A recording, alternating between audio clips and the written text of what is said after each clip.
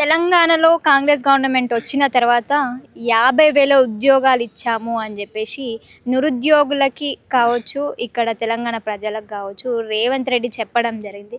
నిజంగానే తెలంగాణలో కాంగ్రెస్ గవర్నమెంట్ వచ్చిన తర్వాత 50,000 ఉద్యోగాలు వచ్చాయా?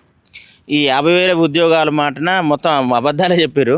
ఎందుకంటే మొదటి సంవత్సరంలోనే 2 లక్షల ఉద్యోగాలు నింపుతామని వాళ్ళే మేనిఫెస్టో 42 పేజీల మేనిఫెస్టోలో చివరి పేజీలో వాళ్ళు ఇచ్చినటువంటి ఉద్యోగ జాబ్ క్యాలెండర్లో 2 లక్షల ఉద్యోగాలను నింపుతామని ఫస్ట్ పేరాలను రాశారు. వాళ్ళే 50,000 అంటారు. సరే 50,000 కూడా అది నిండిన పరిస్థితి ఉంది. గతంలో ఇచ్చినటువంటి ప్రభుత్వం ఏదైతుందో ఆ ప్రభుత్వ నోటిఫికేషన్లు ఇస్తే అది కాకపోతే దాన్ని రన్ చేసి వాళ్ళు ఇచ్చిన పరిస్థితి ఉంది. ప్రధానంగా దాంట్లో కూడా ఏమున్నాయి, మళ్ళీ గ్రూప్ 1 గ్రూప్ 2 లేకపోతే హైయెస్ట్ క్వాలిఫైడ్ ఉద్యోగాలు ఏం లేవు. దాంట్లో ఏమున్నాయి, ఇవి మన టీచర్ జాబులు లేదనంటే కానిస్టేబుల్స్ ఇవే ఉన్నాయి.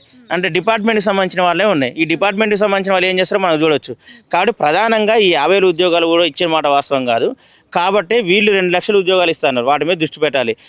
మొత్తం తెలంగాణ ఉద్యమమే నీళ్లు నిధులు నియామకాల బేస్న జరిగింది. అంటే ఉన్న ఉద్యోగాలు ఇవ్వకుండా ఒక పక్క దాన్ని ఇవ్వకుండా మోసం చేస్తున్న ఒక స్థితి ఉందంటే, ఈ తెలంగాణ వస్తే మనకు ఉద్యోగ అవకాశాలు పెరుగుతాయని చెప్పేసి ఆ రోజు మాట్లాడుకున్నాం మనం. ఉద్యోగ అవకాశాలు పెరగాలంటే ఉద్యోగాల కల్పన కావాలి, కొత్త ఇండస్ట్రీస్ రావాలి, నూతన ఎడ్యుకేషన్కి సంబంధించినటువంటి అంశాలు రావాలి, అంటే రీసెర్చ్ సెంటర్లు కొత్తగా రావాలి. ఉద్యోగ కల్పన అంటే ఈరోజు ప్రభుత్వ రంగంలో జరగాల్సిన అవసరం ఉంది. కాబట్టి ఆ రకంగా రేవంత్ రెడ్డి గవర్నమెంట్ ఆలోచించడం లేదు. కాబట్టి మసిపూసి మారడికాయ చేసే ఒక పనిని కొనసాగిస్తుంది. కానీ ప్రధానంగా ఉద్యోగులకి నిరుద్యోగులకి విద్యార్థులకి ఇస్తున్నటువంటి హామీలపైన ఒక స్పష్టమైన ప్రణాళిక లేదు. ఇంకొక 6 నెలలు ఇస్తామనో సంవత్సరంలో చేస్తామనో ఒక స్పష్టమైన ప్రణాళిక, ఒక వర్క్ ప్లాన్ అనేది వాళ్ళ దగ్గర లేదనేది మేము పీడీఎస్ విద్యార్థి సంఘంగా చెప్తా ఉన్నాం. ఇంకొకటి, గతంలో కేసీఆర్ గవర్నమెంట్ ఉన్నప్పుడు 10 సంవత్సరాలు కేసీఆర్ పాలన మీరు చూసినారు. 10 సంవత్సరాలలో నిజంగానే కేసీఆర్ గవర్నమెంట్ ఉన్నప్పుడు ప్రభుత్వ ఉద్యోగాలు నిజంగానే నిరుద్యోగులకు రాలేవా? అంటే ఒకటి కూడా ఎందుకు రాలేదు, ఆశించిన స్థాయిలో రాలేదనేదే వీళ్ళని వదిలిపెట్టి రేవంత్ రెడ్డి గవర్నమెంట్ తీసుకొచ్చారు కదా, కాంగ్రెస్ పార్టీ గవర్నమెంట్ తీసుకొచ్చారు కదా. విద్యార్థి నిరుద్యోగులు ప్రధానంగా అనేక మంది చనిపోయారు అని చెప్పేసి, ప్రజాపాలన కావాలని చెప్పేసి అనేక మంది మాలాంటి సామాజిక సంస్థలు అన్నిటి కూడా పనిచేసి ఒక రకంగా కాంగ్రెస్ పార్టీకి అది బెనిఫిట్ అయింది. మేమందరం పనిచేయడం వల్ల, ప్రజా సమస్యల మీద తీసుకొని పనిచేయడం వల్ల కాంగ్రెస్ పార్టీ బెనిఫిట్ అయ్యి ఆ బెనిఫిట్ని కాంగ్రెస్ పార్టీ పొంది ఈరోజు అధికారంలోకి వచ్చింది కదా. మరి అట్లున్నప్పుడు మరి విద్యార్థి నిరుద్యోగుల సమస్యల మీద వాళ్ళు మాట్లాడాలి కదా, చేయాలి కదా.